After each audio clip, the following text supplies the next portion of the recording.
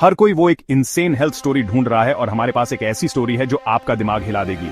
इस औरत को छींक आई और अचानक उसकी स्पाइनल डिस्क फट गई।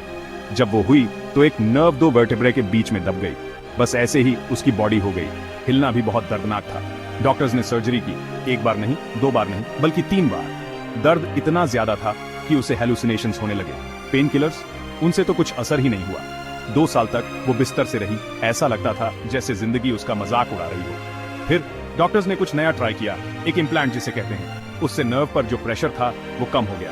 और पता है क्या, 1 हफ्ते के अंदर वो फिर से चलने लगी। ये तो एकदम चमत्कार था। कौन जानता था कि एक छींक आपकी जिंदगी को ऐसे पलट सकती है और फिर सीधा भी कर सकती है। इनक्रेडिबल है ना।